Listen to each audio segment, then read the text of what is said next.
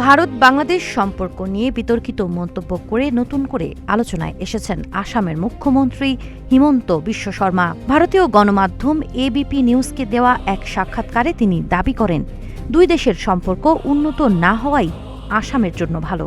সাক্ষাৎকারে হিমন্ত বিশ্ব শর্মা বলেন, তিনি নাকি প্রতিদিন ঈশ্বরের কাছে প্রার্থনা করেন ভারত ও বাংলাদেশের সম্পর্ক যেন আগের মতোই উত্তেজনাপূর্ণ থাকে। তার যুক্তি, সম্পর্ক ভালো হলে সীমান্তে নজরদারি শিথিল হয়ে যায়, যা আসামের নিরাপত্তার জন্য ঝুঁকিপূর্ণ হতে পারে।